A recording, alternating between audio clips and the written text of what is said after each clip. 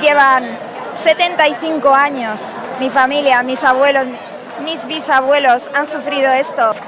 3 de mis 4 abuelos fueron expulsados a punta de fusil de lo que es ahora Israel, para dejarlos confinados en la Franja de Gaza, en unas condiciones ahora infrahumanas, en el mayor campo de concentración que hay en el mundo, sin medicinas, con 3 horas de electricidad al día, sin agua potable, sin poder pescar, sin poder, no sé cómo sobreviven. Son un pueblo luchador y resiliente.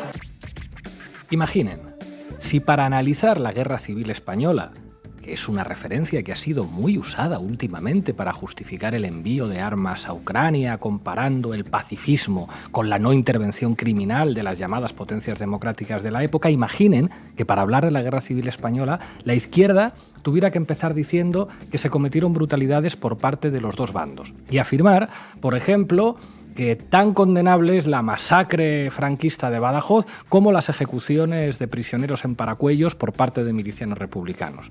Entonces, sería absolutamente imposible entender las claves históricas y políticas de nuestra guerra.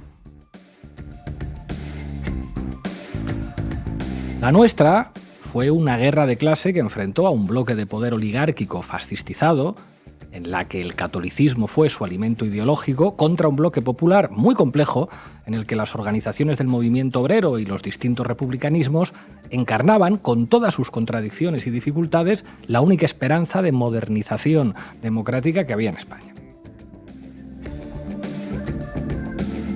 Esto es así, pero claro, si empezáramos hablando de las atrocidades que se cometieron en ambos bandos o incluso pusiéramos el foco en la crispación social y política del periodo republicano, podríamos acabar incluso justificando el fascismo como una reacción entendible, inevitable, de los sectores sociales conservadores y reaccionarios frente a la amenaza del desorden republicano y del comunismo. Esto es básicamente lo que intentan los historiadores revisionistas y todos los medios de comunicación de la derecha cuando hablan de la Guerra Civil Española. Por eso mismo, amigos de la izquierda, cuando la izquierda se ve obligada a iniciar la explicación de su visión de Palestina condenando las atrocidades de Hamás y de las facciones armadas palestinas, cae en ese error. Nadie con un mínimo de decencia puede justificar el asesinato y el secuestro de civiles, pero la política es una tarea ante todo de enfoque. Contraponer la carne de los niños palestinos asesinados por las fuerzas de defensa de Israel a la carne de los niños israelíes asesinados por los grupos armados palestinos no tiene tampoco ningún sentido, por mucho que los muertos palestinos siempre sean muchísimos más que los muertos israelíes. Nada justifica la violencia contra civiles, venga de donde venga, pero tener que partir de esa obviedad imposibilita el análisis. Los conflictos no se pueden analizar pesando carne de seres humanos asesinados. Precisamente porque esa violencia nos horroriza y queremos evitarla, es imprescindible analizar las causas y las claves de los conflictos políticos y militares. El conflicto palestino-israelí parte de un sistema de opresión colonial por parte de Israel, cuyo sistema de apartheid contra la población palestina es inaceptable desde todo punto de vista democrático y desde el derecho internacional. Los oprimidos son los palestinos y los opresores son el Estado de Israel y su dirección sionista. Este, y solamente este, puede ser el punto de partida democrático para analizar el conflicto. Señalar esta obviedad no justifica ninguna atrocidad, simplemente sitúa la violencia en su contexto. Y buscar el contexto es el trabajo del periodismo. Esto lo decíamos esta mañana en el editorial de Diario Red. Hoy en La Base hablamos de Hamás partiendo de lo que debería ser una obviedad. Analizar un fenómeno político no implica estar de acuerdo con ese fenómeno político, pero para comprender las claves de cualquier fenómeno político hace falta tomar distancia del sensacionalismo y la falta de rigor a las que nos tiene acostumbrados la mayor parte de nuestra prensa. Bienvenidas y bienvenidos a La Base. La Base, con Pablo Iglesias, Sara Serrano, Manu Levín e Ina Afino Génova. Bueno, hoy en La Base vamos a hablar de Hamás. ¿Qué nos tienes ¿Preparado, Laura? Pues volvemos a hacer un poco de máquina del tiempo como ayer y vamos a los orígenes de Hamás y tratar de explicar cómo es que surge esta organización. Manu Levin. Bueno, vamos a analizar algunas informaciones publicadas en la prensa israelí y en la prensa estadounidense que hablan precisamente del origen de Hamás y de qué relación hubo en ese origen y crecimiento con las políticas del propio Estado de Israel. Ina Fino Génova, ¿qué nos tienes preparado? Pues vamos a mirar en qué se convirtió Hamás a día de hoy, según los principales medios de información, y vamos a intentar analizar cómo lo ha hecho, si esto es tan así. Bueno, vamos a ver qué dicen por ahí. Hoy además vamos a contar con Héctor Graz, de la Red de Judíos Antisionistas, profesor de antropología en la Universidad Autónoma. Le vamos a hacer algunas preguntas y creo que su conocimiento sobre el Estado de Israel nos va a ayudar a encontrar algunas claves para comprender también lo que significa Hamás. Lanzamos desde aquí un abrazo enorme a nuestra compañera Sara Serrano, víctima de la venganza de Moctezuma. El karma colonial siempre se vuelve en contra de los que visitan México. Así es la vida. Recupérate pronto, compañera. Arrancamos, Xavi. La base de datos. Adelante, compañera. Hamás se ha convertido en el sujeto político central del conflicto entre Israel y Palestina, y para entenderlo, ir más allá de clichés y etiquetas, hay que remontarse a sus orígenes, en concreto a la conocida como Primera Intifada, el levantamiento popular palestino que estalló en el campo de refugiados de Jabalía, en la franja de Gaza, en 1987. Las Fuerzas Armadas israelíes, con uno de los ejércitos más potentes del mundo, reprimieron brutalmente a palestinos que solo contaban con piedras y otros objetos para defenderse. Había comenzado la conocida como Guerra de las Piedras o de las piedras contra balas. Es en este contexto en el que surge Hamás, un movimiento inspirado en los hermanos musulmanes que combina islamismo y nacionalismo, liderado por el imán Ahmed Yassin y que se presenta como alternativa al movimiento nacional palestino Al-Fatah, de base laica y panarabista y liderado por Yasser Arafat. Por aquel entonces, Israel estaba muy interesado en debilitar al líder de la OLP, Yasser Arafat. Sí, tanto es así que, tal como se ha sabido más adelante, Israel participó activamente en la creación y expansión de Hamás en la Franja de Gaza entre la década de los años 60 y mediados de los años 80. Por aquel entonces, Hamás, que aún no se había constituido como tal, funcionaba como un apéndice de la hermandad musulmana, proporcionando infraestructura social, religiosa y educativa a los refugiados palestinos recluidos en los campos. Es en ese contexto cuando el entonces primer ministro israelí Menachem Begin inició la financiación de grupos palestinos islámicos contrarios a la Organización para la Liberación de Palestina.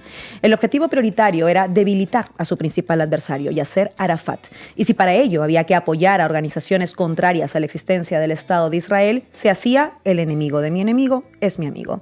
Documentos consultados por el periodista Richard Seil en el Instituto Internacional de Políticas contra el Terrorismo de Israel revelan que este apoyo se materializó por primera vez en 1978, cuando el gobierno israelí comenzó a cooptar a palestinos islámicos entre las ligas aldeanas y los líderes de la hermandad. Les pagaban un sueldo, financiaban la construcción de mezquitas e incluso amparó la creación de centros de formación de militantes integristas. La financiación provenía también de estados árabes contrarios al laicismo de Arafat.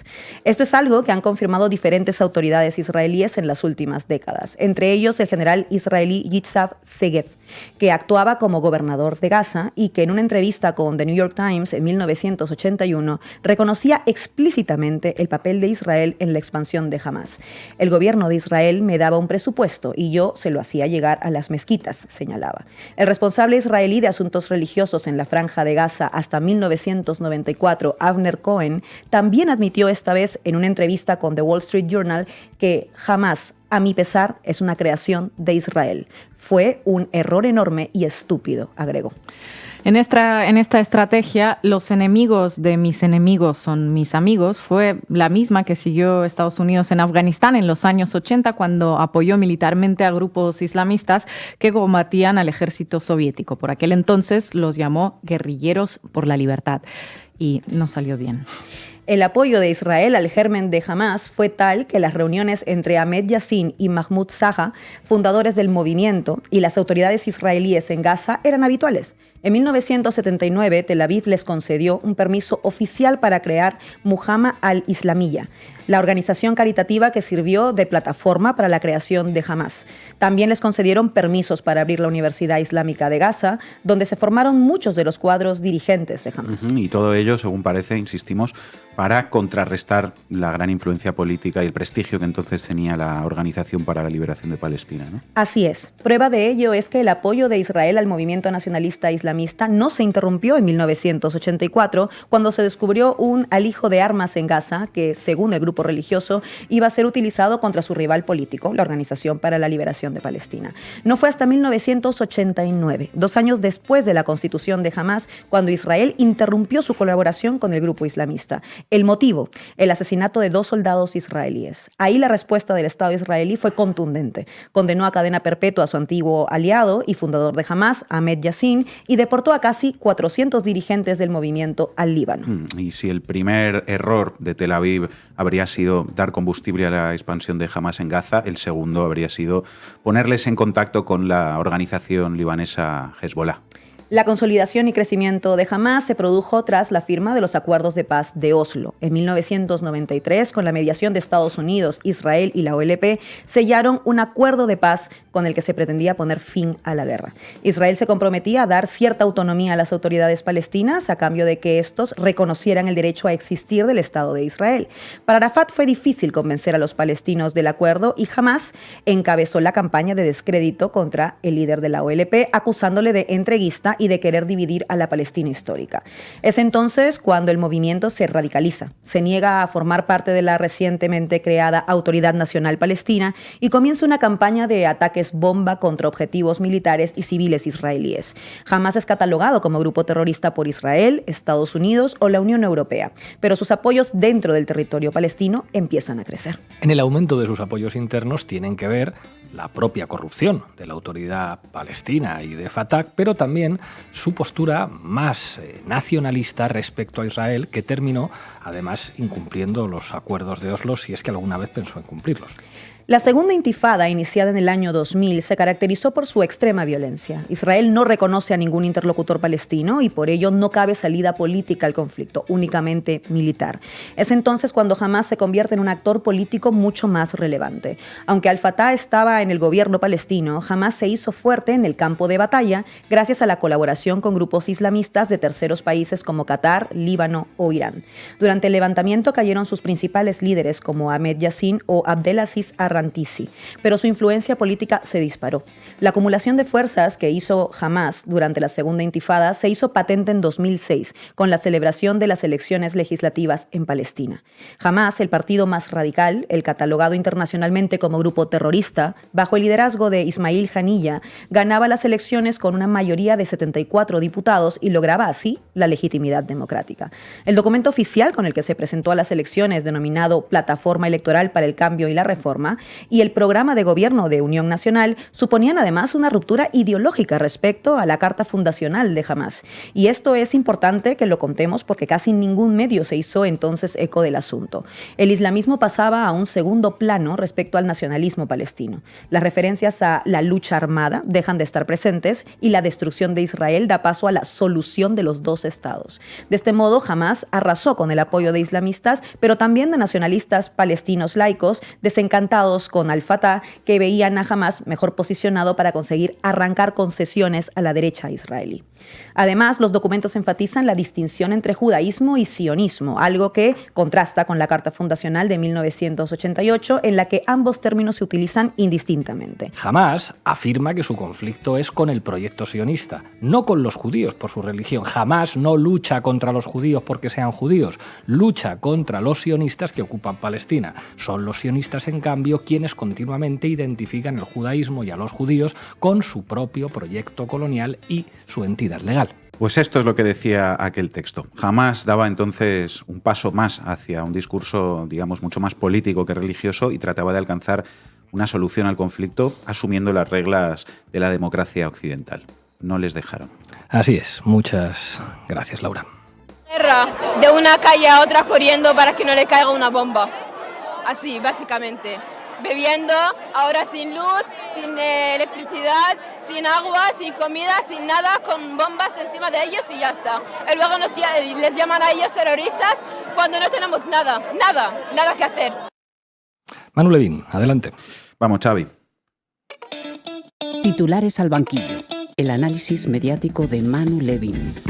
Bueno, vamos a desarrollar un poco algunas de las cosas que ha contado Laura. Tuit de ayer mismo al mediodía, hora española, con noticia insertada del diario Haaretz, uno de los más importantes de Israel, el tercero más leído del país concretamente. Fragmento de la pieza, firmada por Gidi Weitz, destacado en el tuit. Dice, cualquiera que quiera frustrar el establecimiento de un Estado palestino tiene que apoyar el refuerzo de Hamás y la transferencia de dinero a Hamás, dijo Netanyahu a los miembros de la Knesset de su partido Likud en marzo de 2019. Esto es parte de nuestra estrategia. Transferir dinero a Hamás es parte de nuestra estrategia. Esto lo dijo, atención, hace 4 años el primer ministro ultraderechista israelí, Bibi Netanyahu, a la dirección de su propio partido. Y ojo, esto no lo está diciendo un bloguero conspiranoico. Esto lo publicó ayer nada más y nada menos que el diario Haaretz de Israel, que por lo visto es uno de los más leídos del país. El tercero más leído, efectivamente, según los datos que hay disponibles. Quería jugar con ellos y usarlos y ha acabado quemando la casa, comentó el periodista bareiní Masen Mahdi. Hay multitud de información publicada en la prensa que, certifica cómo la extrema derecha israelí que gobierna el país entendió hace muchos años que un ascenso de Hamás podía serle útil para dividir a la resistencia palestina, frustrar el reconocimiento de un Estado palestino, aislar a los elementos más progresistas y de izquierda dentro del movimiento y minar el prestigio, la solidaridad y el apoyo internacional que había ganado la causa palestina. Y se pusieron manos a la obra. Financiar a islamistas radicales para que desplacen a izquierdistas y socialistas en Oriente Próximo y Oriente Medio. Qué poco original, ¿no? Pero... Afghanistan vibes. Hasta para eso Israel parece una sucursal de Washington, ¿no? El estado número 53 de Estados Unidos, como se suele decir por ahí. Hay, como decía, muchas piezas publicadas y documentadas en la propia prensa israelí y estadounidense sobre este hecho histórico. Yo os traigo aquí algunas más. La de Haaretz era de ayer y esta del Times of Israel es de antes de ayer, 8 de octubre. Durante años, Netanyahu apoyó a Hamás. Ahora ha explotado en nuestras caras. Este es el titular y dice la pieza. Durante años, los diversos gobiernos encabezados por Benjamin Netanyahu adoptaron un enfoque que dividió el poder entre la Franja de Gaza y Cisjordania, poniendo de rodillas al presidente de la Autoridad Palestina, Mahmoud Abbas, mientras tomaban medidas que apuntalaban al grupo terrorista Hamás. La idea era impedir que Abbas o cualquier otro miembro del gobierno de la Autoridad Palestina en Cisjordania avanzara hacia el reconocimiento de un Estado palestino. La mayor parte del tiempo, la política israelí fue tratar a la Autoridad Palestina como una carga y a Hamás como un activo. El diputado de extrema derecha Bezalel Smotrich, ahora ministro de Finanzas del gobierno de línea dura y líder del partido sionismo religioso, lo dijo él mismo en 2015. Y a continuación, Times of Israel hace referencia a las mismas palabras de Netanyahu que ayer citaba el Haaretz y que mencionó también Laura. Según varios informes, Netanyahu hizo un comentario similar en una reunión de la facción del Likud a principios de 2018, cuando se le citó diciendo que quienes se oponen a un Estado palestino deberían apoyar la transferencia de fondos a Gaza, porque mantener la separación entre la Autoridad Palestina en Cisjordania y Hamás en Gaza impediría el establecimiento de un Estado palestino. Si bien Netanyahu no hace este tipo de declaraciones de manera pública u oficial, dice el Times of Israel, sus palabras están en línea con la política que implementó. Pues más claro agua, divide y vencerás. Divide et impera. Una cosa está clara, el concepto de fortalecer indirectamente a Hamás, tolerando al mismo tiempo ataques esporádicos y operaciones militares menores cada pocos años, se esfumó el sábado, concluye el Times of Israel. Otro titular que os leo afirmando esto mismo y también en la propia prensa israelí, este de 2019 en el Jerusalem Post. Netanyahu, comillas, el dinero para Hamás es parte de la estrategia para mantener divididos a los palestinos.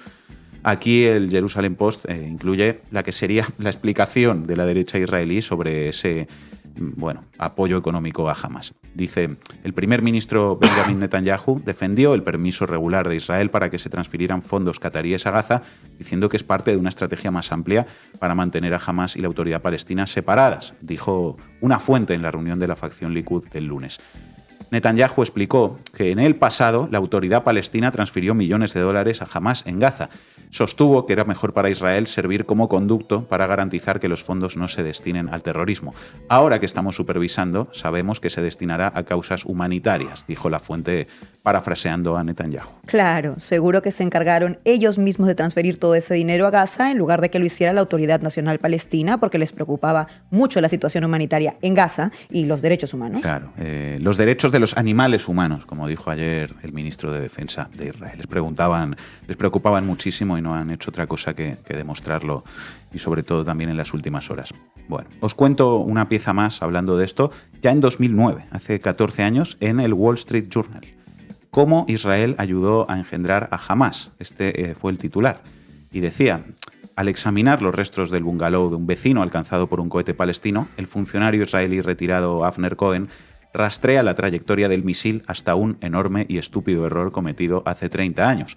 Hamás, para mi pesar, es una creación de Israel, dice Cohen, un judío nacido en Túnez que trabajó en Gaza durante más de 2 décadas. Responsable de los asuntos religiosos en la región hasta 1994, Cohen observó cómo el movimiento islamista tomaba forma, desplazaba a sus rivales seculares palestinos y luego se transformaba en lo que hoy es Hamás, un grupo militante que ha jurado destruir a Israel.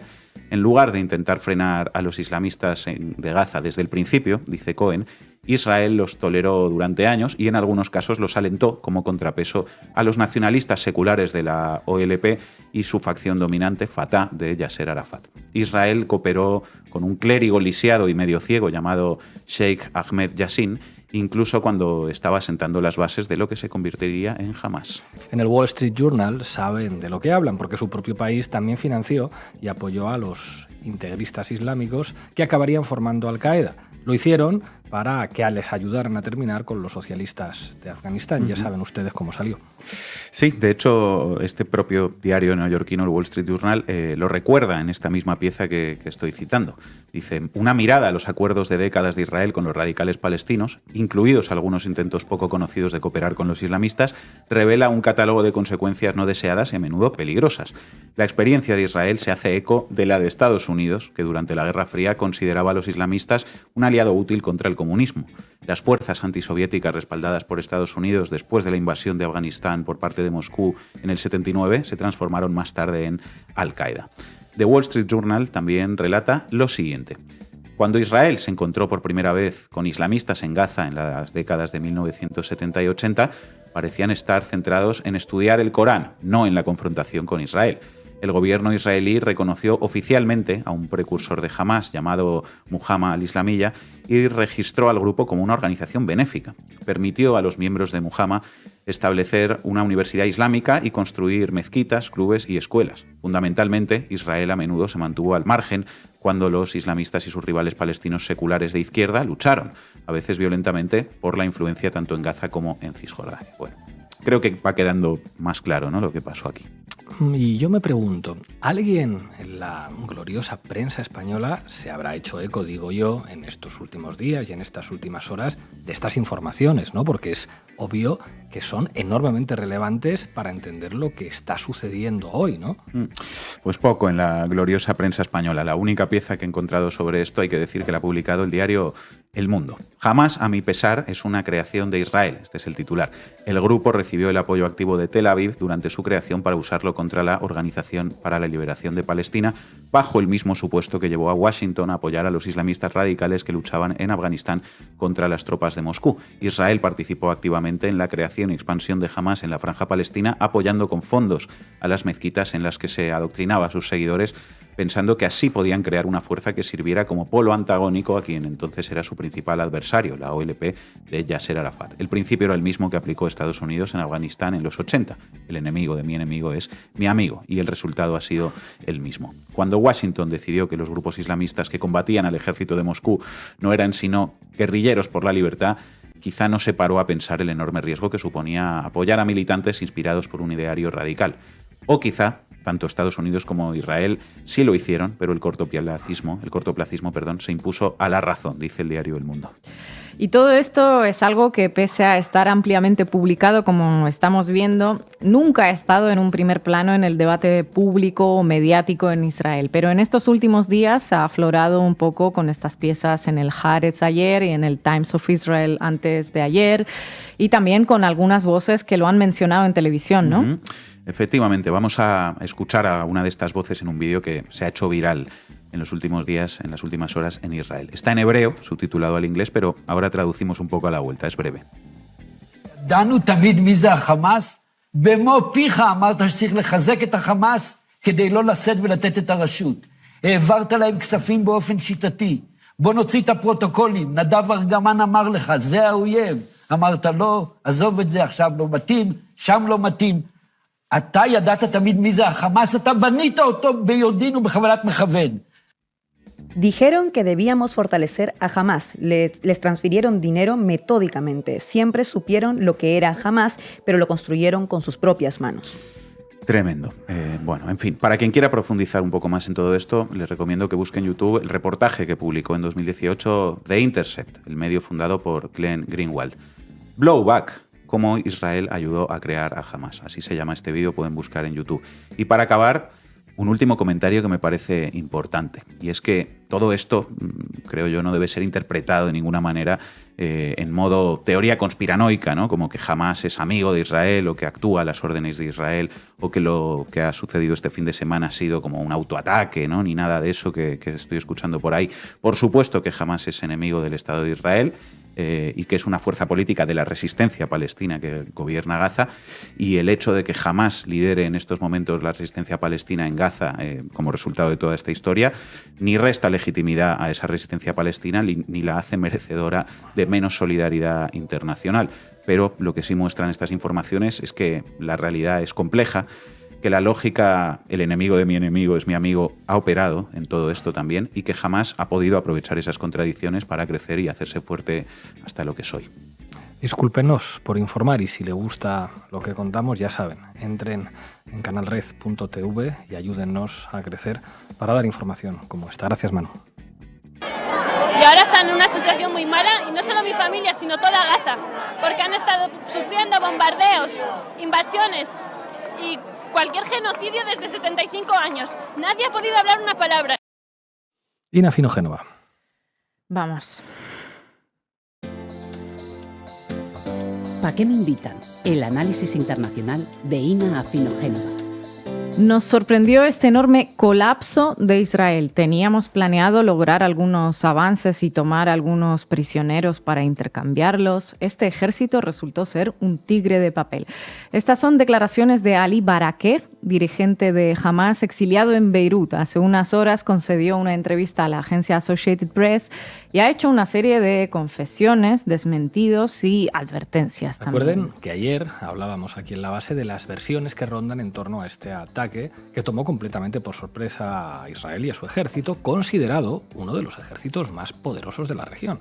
Desde Israel, desde Estados Unidos, desde la gran mayoría de medios de comunicación, se habló de una posible participación de Irán. Porque claro, ¿cómo es posible que una milicia armada como Hamás, por su cuenta y riesgo, logre burlar a un ejército, a un servicio de inteligencia, a una infraestructura militar tan poderosos como los de Israel? Pues el alto mando de Hamás negó que les haya ayudado Irán o que les haya dado luz verde, que es una de las teorías que mencionábamos ayer y que salía de la prensa estadounidense. Bueno, pero eso es lógico, ¿no? Que un dirigente de Hamás lo niegue, ¿no? Sí, absolutamente, pero de momento coincide en sus apreciaciones con la Casa Blanca. Debe ser el único punto en el que las evaluaciones de representantes de Washington y las de Hamás sintonizan. El portavoz del Consejo de Seguridad Nacional de Estados Unidos, John Kirby, dijo ayer que Estados Unidos no tiene evidencias que apunten a una implicación directa de Irán, aunque Irán, bueno, es cómplice, muy malo y tal. El portavoz de las Fuerzas de Defensa de Israel dio una declaración similar sobre la falta de pruebas, añadiendo igualmente que no le sorprendería el hecho de que Irán estuviese al tanto de la preparación. Una preparación que, según el representante de Hamás, llevó más de un año e involucró a casi 2.000 milicianos. También dijo que están preparados para todos los escenarios ellos para una guerra larga si hace falta, y que lo que quieren es intercambiar a los rehenes que habían tomado durante el ataque por los palestinos detenidos en las cárceles de Israel, que hay miles. Además, dijo que si bien ni Irán ni Hezbollah participaron en la preparación, sí están dispuestos a sumarse a la guerra si Gaza es reducida a cenizas. Es decir, han estado un año preparándolo. Había 2.000 personas entrenándose, siempre según las palabras de este alto mando. Todo ello sin que se entere ningún servicio de inteligencia de ninguna parte. Si el propio Hamás confiesa haberse quedado sorprendido, es que es inexplicable esa brecha de seguridad. ¿Cómo es posible que Israel no lo hubiera visto venir y que no lo haya manejado en condiciones? Bueno, hay unos cuantos análisis ya sobre ello y digamos que ese fracaso se está clasificando en 2 niveles. El primero es puramente político, ahora lo analizamos, y el segundo es puramente tecnológico y vamos a detenernos en él más detalladamente. Bueno, vamos con el político entonces. Bueno, Manu ya comentó algunas cosas, pero bueno, voy a traer otras para analizar. El periódico The Times of Israel apunta hoy a que no toda la inteligencia del mundo no lo vio venir. Informan que el ministro de Inteligencia egipcio supuestamente alertó personalmente a Netanyahu sobre un posible ataque desde Gaza unos 10 días antes, pero Netanyahu no le dio importancia a la información, priorizando su polémica reforma judicial, que básicamente podría acabar con la separación de poderes en la única democracia del Oriente Próximo, como le gusta llamarle a muchos medios. Es decir, que el gobierno de Israel estaba tan distraído construyendo nuevos asentamientos en Cisjordania e intentando someter al poder judicial a su propio legislativo a través del proyecto de reforma que ha generado tantas protestas, que se le apagaron las alarmas, o más bien no quisieron fijarse en ellas cuando alguien les dijo «Hey». Netanyahu, por supuesto, niega esta información, pero son muchos los que lo ponen en la mira. Ayer lo leímos en un editorial de Haaretz, en un comunicado de exmilitares pacifistas, y hoy ya hay varias publicaciones más por el estilo. Mano también las ha enumerado. Ahora, ¿las razones tecnológicas cuáles serían? Bueno, en estas vamos a detenernos, ya entenderán por qué. Volvemos a la entrevista del representante de Hamás a AP. Dice el alto mando que desde el año 2014 Hamás ha estado fabricando sus propios cohetes y entrenando a sus propios combatientes, que ahora mismo son unos 40.000. Hoy el periódico The Guardian hace una reconstrucción de una eventual invasión terrestre de Gaza por parte del ejército israelí y plantea con qué respondería Hamás. Pues según el medio, el grupo posee misiles antitanque Kornet que ya fueron usados eficazmente contra los tanques israelíes, minas antitanque, y está desarrollando drones con municiones como los que se usan en Ucrania por ambos bandos, esos que pueden lanzar bombas sobre vehículos y tropas. Como tienen años de experiencia luchando contra el ejército de Israel, pues se han convertido en una fuerza urbana adaptable, dice el medio. Tienen un núcleo de líderes con mucha experiencia que conocen muy bien la táctica de lucha israelí. Algunos de ellos hablan hebreo. Incluso. Es decir, que según cuentan en The Guardian, han estudiado a las Fuerzas Armadas de Israel en profundidad. Literalmente hablando, a lo largo de estos años, Hamás ha construido toda una red de túneles subterráneos, dicen en The Guardian, y uno, bueno, se lo imagina como algo más bien rudimentario, pero nada más lejos de la realidad. Los ingenieros del grupo tienen una experiencia seria en la construcción de túneles bajo tierra fortificados y bien escondidos para usarlos como centros de comando. Algunos están equipados con sistemas de comunicación. Con los drones civiles baratos que están al alcance de todos, se puede observar los movimientos de las tropas israelíes y dirigir las operaciones desde debajo de la tierra. The Times of Israel añade también que jamás dejó de usar toda tecnología que le pudiese resultar útil a Tel Aviv a la hora de mejorar su vigilancia, e Israel, a su vez, confió demasiado en sus sistemas de recopilación de datos. Y Financial Times, a su vez, ya encontró al motor detrás de todo este avance tecnológico. La mente palestina detrás de la sangrienta incursión en Israel, publican hoy. Se trata de la historia de un presunto militante, Mohamed Deif, un hombre misterio de quien solo existe una foto pixelada, esa que publican, que casi perdió la vida hace 20 años como resultado de un ataque de la aviación israelí. Se quedó supuestamente sin una pierna y sin un brazo, y desde entonces su objetivo consistió en eliminar el Estado de Israel paulatinamente. Ese fue su primer paso, dice Financial Times. Lo señalan como el arquitecto intelectual de la red de túneles, un creador de bombas y una persona que en general se adapta rápidamente a todo reto tecnológico. Vamos, que lo que nos vienen a decir todas estas publicaciones es que a nivel militar Israel infravaloró las capacidades tecnológicas de Hamás y que Hamás es un monstruo militar prácticamente, ¿no? ¿Esto es así?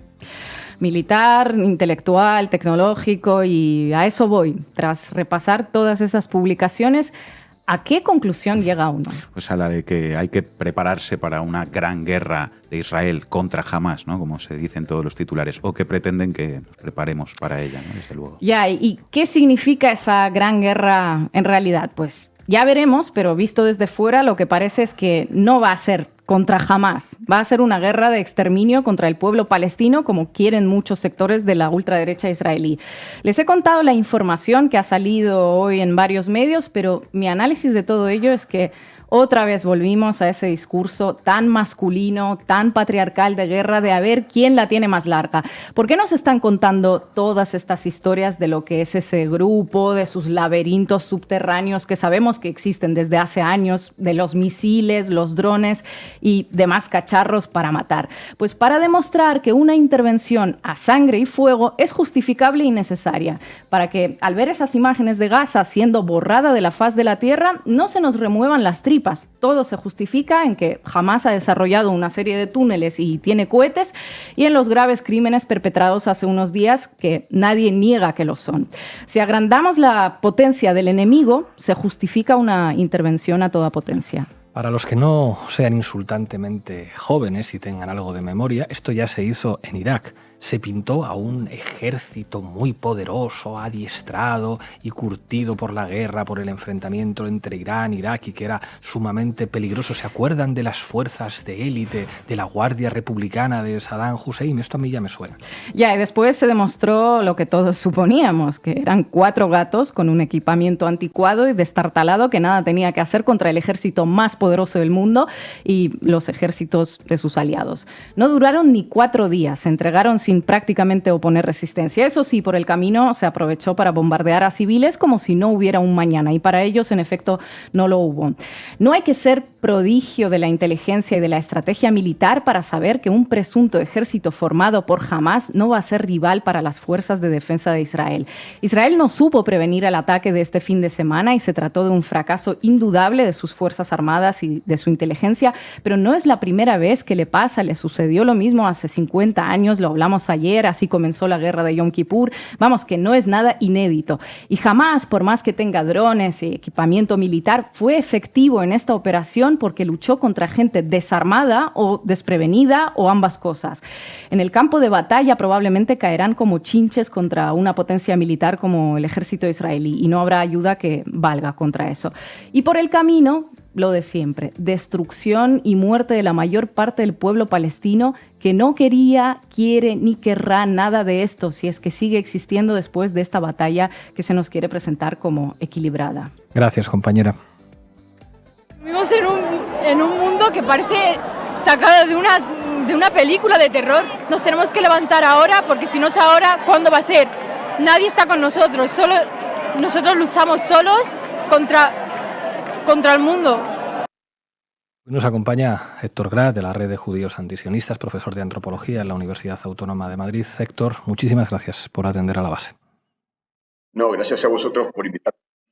Y felicitaciones por la narrativa esta que habéis preparado antes, la investigación sobre Hamás, que me parece efectivamente tremendamente esclarecedora. Aunque la conclusión sería, si nos tomamos en serio la descripción que hacéis, de que quizás todas las declaraciones estas de que van a borrar a Hamás del mapa en realidad sean solo retórica, porque los primeros interesados en que exista Hamás son ellos mismos. Te vamos a preguntar por esto. Yo antes te quiero hacer una pregunta cuya respuesta seguramente es obvia para ti, pero no para mucha gente que nos está viendo. Hay mucha gente que identifica que Israel es el Estado de los judíos.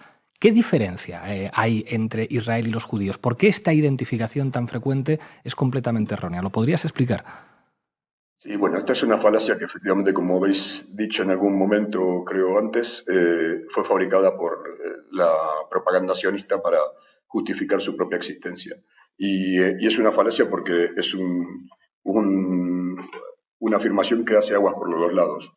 Primero, históricamente, no todos los judíos han sido sionistas a lo largo de la historia del sionismo. Es más, durante la mayor parte de su historia, el sionismo fue un movimiento muy minoritario dentro de las comunidades judías del mundo occidental, y prácticamente hasta 1948 no existía entre las comunidades judías del mundo árabe, las comunidades sefardíes, como se les conoce.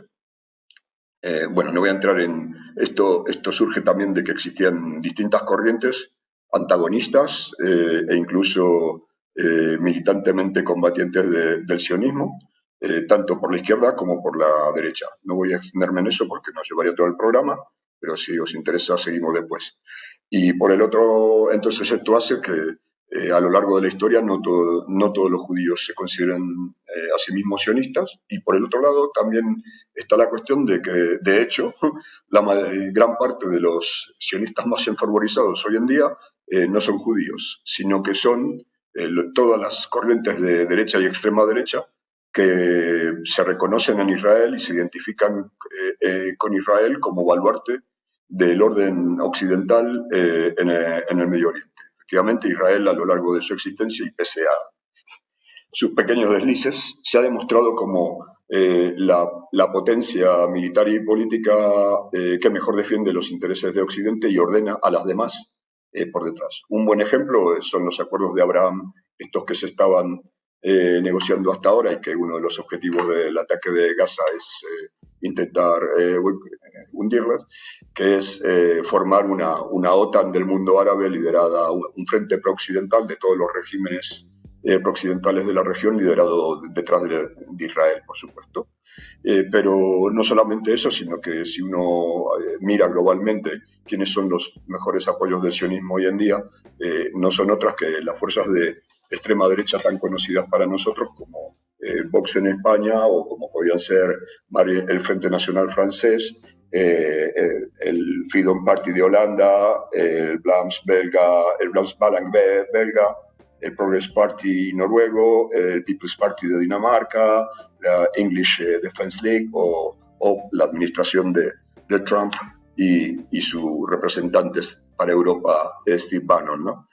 Todos estos nombres son conocidos para todos los que nos dedicamos también al estudio de las extremas derechas en nuestro contexto, y todos ellos son los más ardientes defensores de Israel.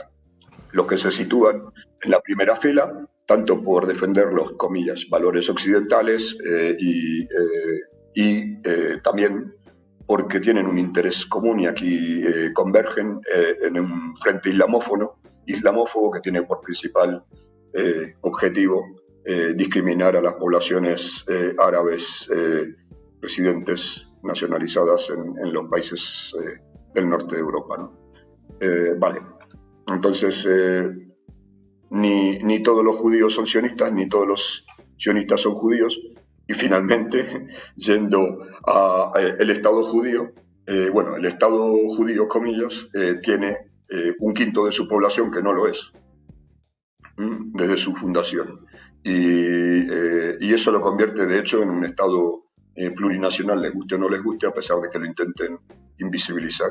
Y sus políticas sus políticas de discriminación estructural en contra de esa minoría palestina, que son aquellos que en 1948 no fueron capaces de expulsar,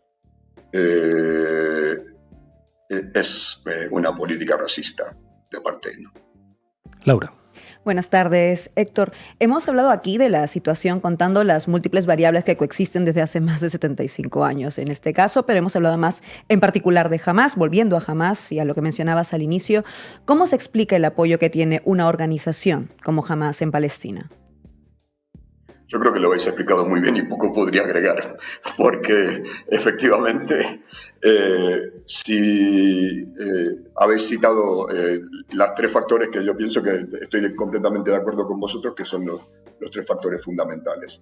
El primero es el origen promovido por los propios intereses del Estado de Israel para debilitar a la OLP, que habéis hecho ahí una reseña excelente de toda la génesis del asunto y cómo efectivamente tuvieron apoyo tanto permitiéndoles actuar y extenderse en una situación donde la Franja de Gaza en aquel entonces estaba ocupada todavía estaba ocupada, de hecho, por Israel, con el ejército controlando la situación, o sea que nada se movía ahí sin su permiso.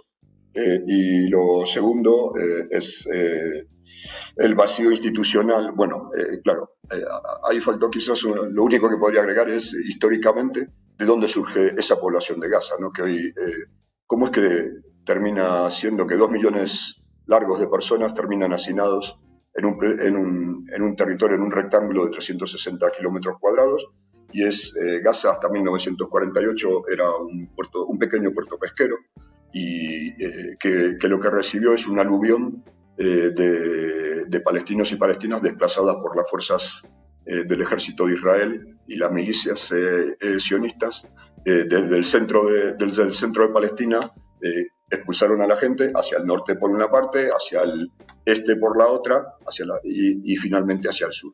Y los del sur se encontraron con la frontera egipcia y los dejaron hacinados en ese lugar.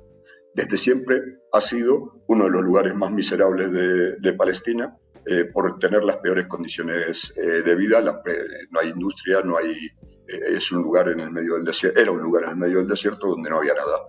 Y con el tiempo, efectivamente, se fue desarrollando la ciudad con su trama urbana, anárquica, porque claro, no hay ninguna posibilidad de planificar ni de construir ningún servicio. Y dentro de esa situación de miseria extrema, la ausencia de todo servicio, digamos, de todo servicio que facilite las condiciones de vida, a excepción de las agencias de la ONU, las agencias internacionales para refugiados.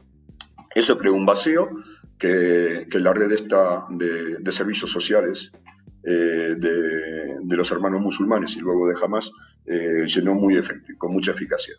Y eso construyó la base social que después, junto con la oposición a los acuerdos de Oslo, le permitió ganar la mayoría allí. Manu. Quizás es lo único quizás es el único matiz que podría agregar a lo que ya contasteis vosotros. Y claro, una vez que hice el relato y que os escuché a vosotros, me recuerden algo también al origen de estas extremas derechas que tenemos tan cercanas, porque si vemos el proceso tiene muchas similitudes, ¿no? Héctor, ¿qué tal? ¿Cómo estás? Un placer saludarte.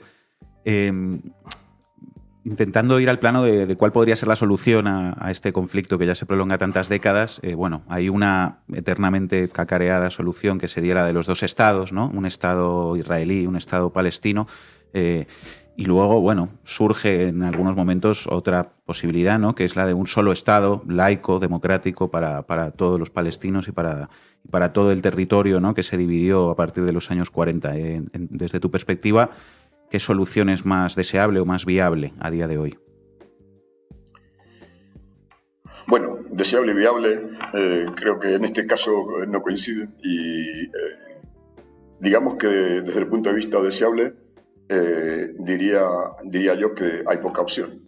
El proyecto de dos estados, que en realidad son dos estados que supuestamente tendrían base étnica, en realidad tiene bastante poca lógica, fuera del deslindamiento de una parte que se reconozca como el Estado de Israel perenne para siempre, y por el otro el resto que queda de Palestina, que podría haber sido la Cisjordania, como base para el segundo Estado que la resolución de partición de las Naciones Unidas del 47 proponían que se forme, ¿no? Entonces, ¿qué es lo que ocurre con eso? Pasan varias cosas. Primero, desde el punto de vista de la realidad, esa supuesta separación entre un Estado étnicamente judío y otro Estado étnicamente, digamos, musulmán y cristiano, porque no sería étnico, sería nacionalmente palestino, es irreal. Era irreal desde el comienzo, porque lo que implicaba era dejar desamparados a esa minoría, un quinto de la población de Israel, que es lo que ellos llaman los árabes israelíes, que es la población palestina que en el 48 no fue expulsada. Para que os hagáis una idea, lo que separa a esa población de la residente en la Cisjordania o la residente en Gaza es simplemente la línea de armisticio. Entre la Cisjordania y el Israel del 67, la línea de armisticio iba haciendo zigzag alrededor de una carretera que cruza el valle de norte a sur ahí en Palestina, y entonces había poblados que de forma sin ninguna lógica, simplemente porque fue el lugar de cese el fuego, quedaron de un lado o del otro de la frontera, hermanos, primos, familias quedaron a un lado y al otro de la frontera. Separar dos estados, en uno supuestamente solo palestino y otro supuestamente solo judío, ya hacía aguas por ese lado. Luego, la realidad de la colonización judía sionista de Palestina ha creado una realidad radicalmente diferente en los últimos 70 años, 60 años, desde 1967, por el hecho de que ahora los dos lados son étnicamente mezclados y en una proporción que hace difícil que se les pueda separar. Para los palestinos, el proyecto la idea esta de los dos estados incluso creaba una situación de riesgo, porque claro, cuando se ha discutido eso en los sucesivos rondas de negociación política, una de las cosas que se ponían sobre la mesa desde el punto de vista étnico israelí, desde el punto de vista sionista, era efectivamente intercambiar poblaciones, expulsar de Israel a los palestinos que son mayoría relativa en algunas zonas, en algunas regiones de Israel, como son la Galilea, el norte, y la zona contigua al norte de la Cisjordania, digamos hasta casi abajo, llegando casi hasta la altura de Tel Aviv. Bueno, entonces para crear esa separación de dos estados, muchas veces se barajó cambiar la frontera o incluso intercambiar comillas, con muchas comillas, poblaciones, que significaría una segunda expulsión de esos que ya de por sí eran refugiados internos. El tercer problema con el proyecto de los dos estados es que, aunque parezca la solución más viable, la historia nos demuestra que no lo fue. Porque desde que se acuñó esa solución tuvo un pequeño gran obstáculo, y es que el Estado de Israel no está dispuesto a asumirla. Y ha hecho todo lo posible a lo largo de todos los procesos que ha habido en estos años para debilitar al otro lado y boicotear esta opción. Porque el objetivo último es efectivamente o una rendición total del otro lado, o quedarse efectivamente ocupar todo el territorio, dejando a la población palestina en una situación de segunda o tercera o quinta clase subordinada.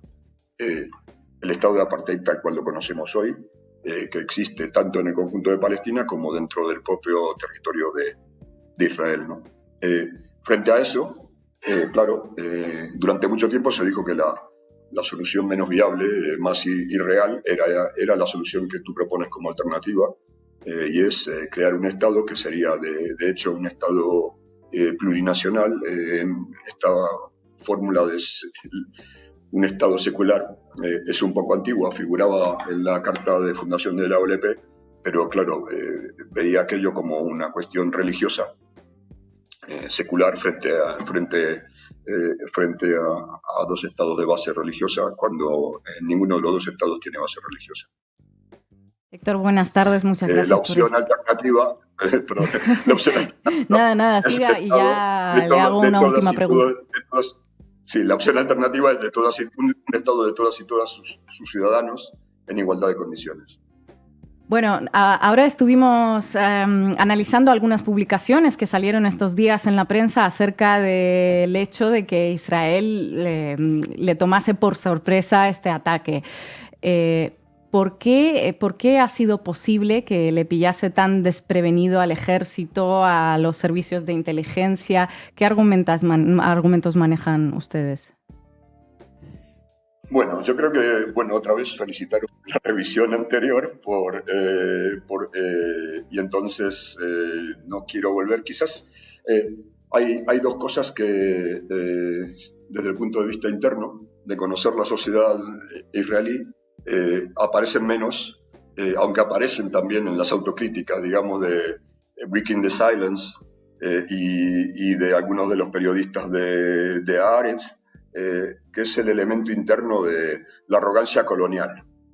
Es decir, parte de la debilidad, tanto en la guerra del Yom Kippur hace 50 años, como en otros errores o en otras derrotas que ha sufrido el aparato militar israelí, también lo sufrió, en el Líbano, en el sur del Líbano, contra Hezbollah, de donde tuvieron que retirarse, tiene que ver con esta visión arrogante, supremacista de los colonizadores de desprecio hacia los colonizados, ¿no?